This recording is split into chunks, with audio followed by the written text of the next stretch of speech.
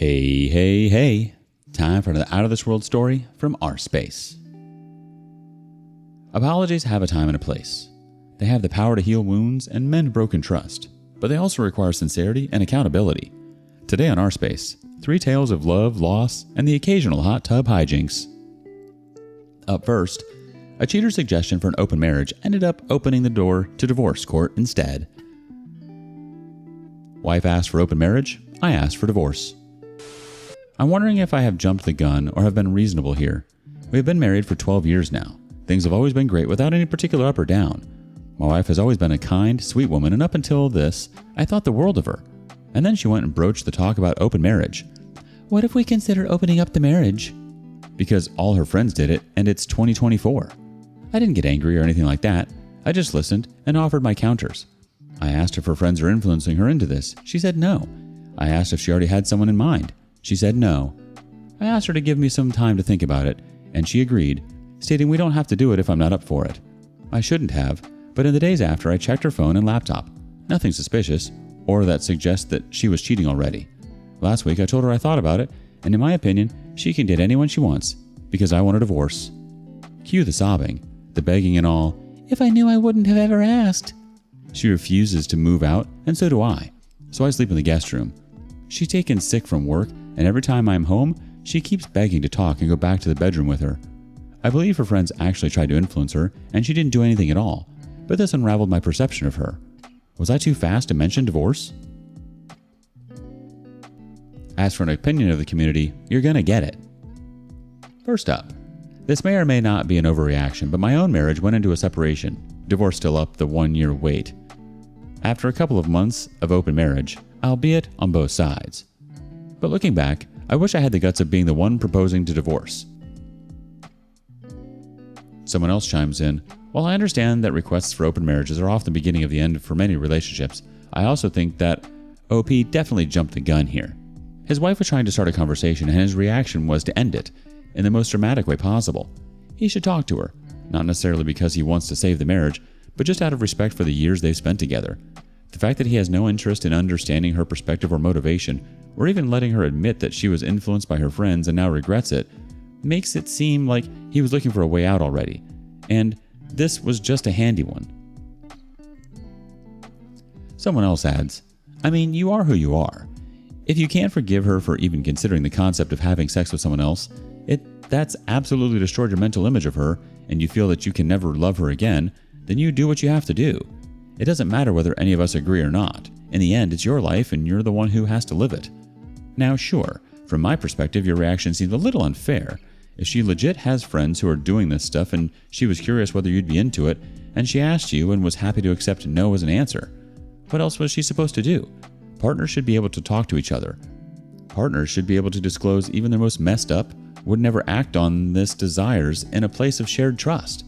I hate to see people knee-jerk reject each other over even discussing sex because that encourages people to stay buttoned up, closeted, repressed, terrified to even ask the question. And that leads to a lot of people getting hurt eventually.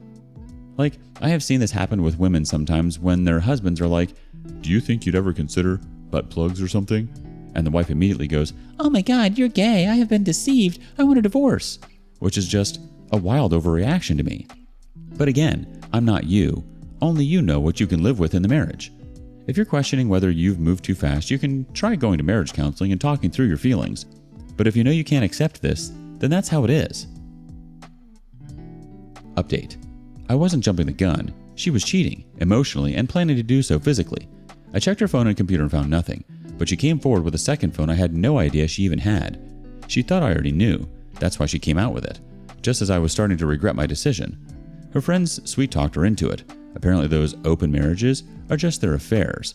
She thought it had helped her conscience if I went on with the open marriage. The things I saw are stomach-churning. She begs to be given a second chance, and a part of me is foolishly considering to give it to her. But it's not the right thing to do. I don't want to leave her, but I have to for my dignity, pride, and self-respect. That I love her has become irrelevant. We got a couple more reactions. First off, brother, I am sorry. Your wife has some crappy friends too, but that is what it is. You may recall my reply to your original post.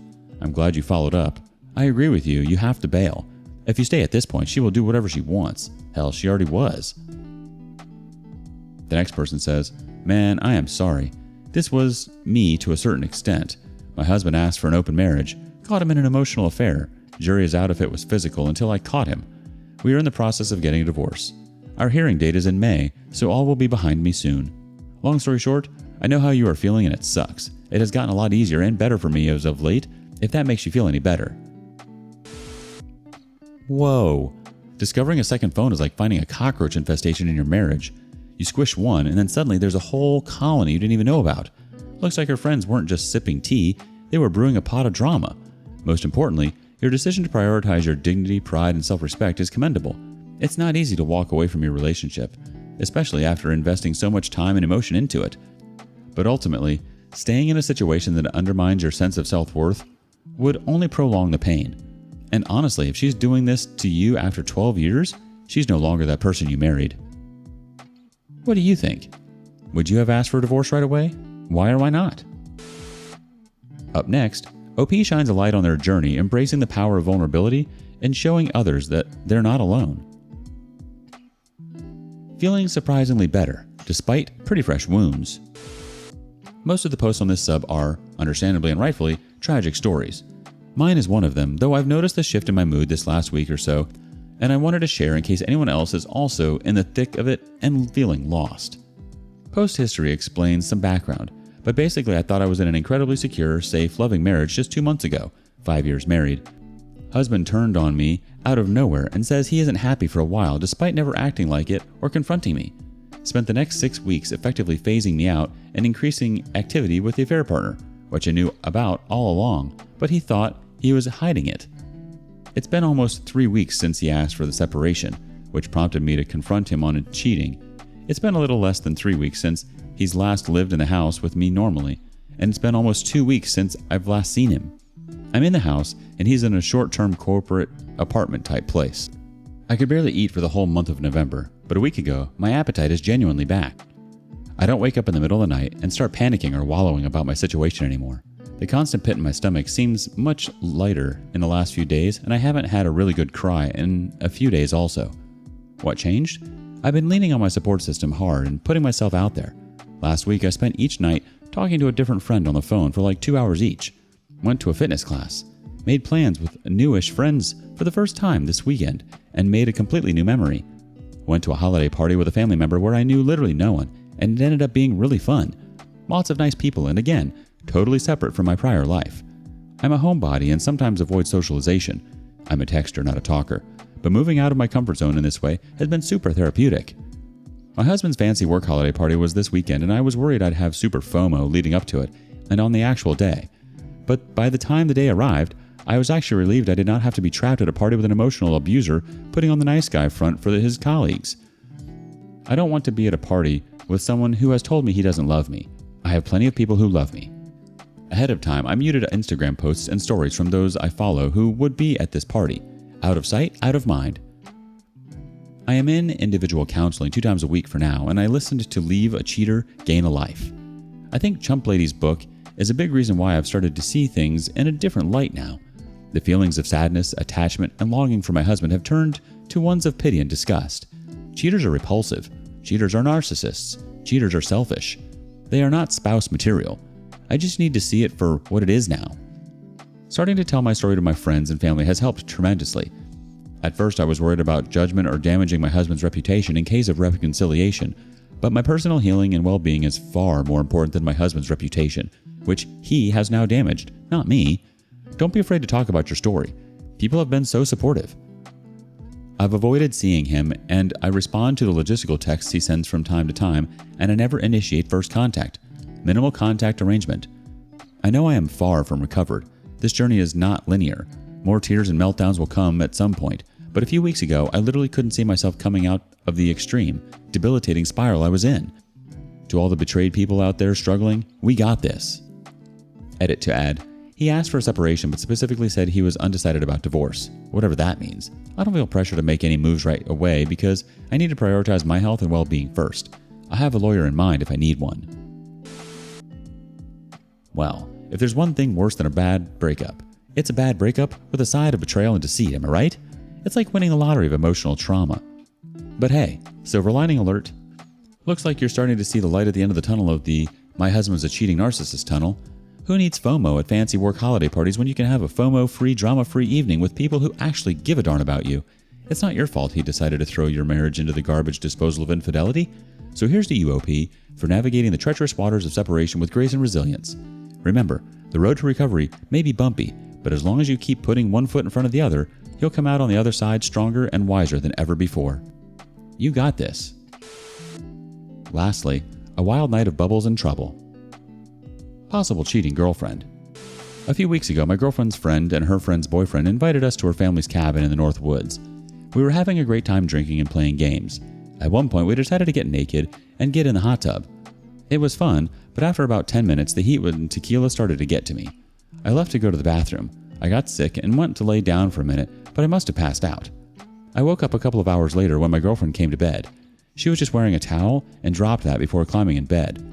I cuddled up with her and started rubbing her, but she grabbed my hand and pulled it away, then went to the bathroom. I heard the shower turn on and she came like 15 minutes later and started kissing me. Then said she just wanted to clean up first. She gave me a BJ but didn't want to have sex. Am I just being paranoid or did something happen while I was passed out? Update. I did confront her and took some advice from the comments. I told her I talked to the other guy and he already told me everything, but I wanted to hear it from her. So she told me everything. Basically, her friend and the boyfriend started fooling around in the hot tub and eventually my girlfriend ended up joining, and they had a threesome. Not too surprised considering how I left them. I never intended to be away that long, but doesn't excuse anything. After she told me all the details, I told her we were done and left. She's been texting apologizing, but too little too late. I mean, getting naked in a hot tub is one thing, but finding out you missed out on a surprise threesome while you're busy napping? Ouch. I mean, she could have woken you up at least. But in all seriousness, kudos to you for taking the high road and handling the situation with some serious self-respect. It takes immense courage to confront a situation like this head on and to walk away from a relationship that has been shattered beyond repair. You deserve so much more than to be treated as an afterthought, especially by someone you cared about deeply. Your girlfriend's remorse may be genuine, but it doesn't erase the pain she's caused or the trust she's shattered. It doesn't magically turn back time and undo the hurt you've endured. And who's to say that's been the first time she's ever taken part in steamy hot tub romps? Thoughts? Thank you for joining us today on rSpace. Be sure to like and subscribe and hit that notification bell so you don't miss out on our next video. Until next time.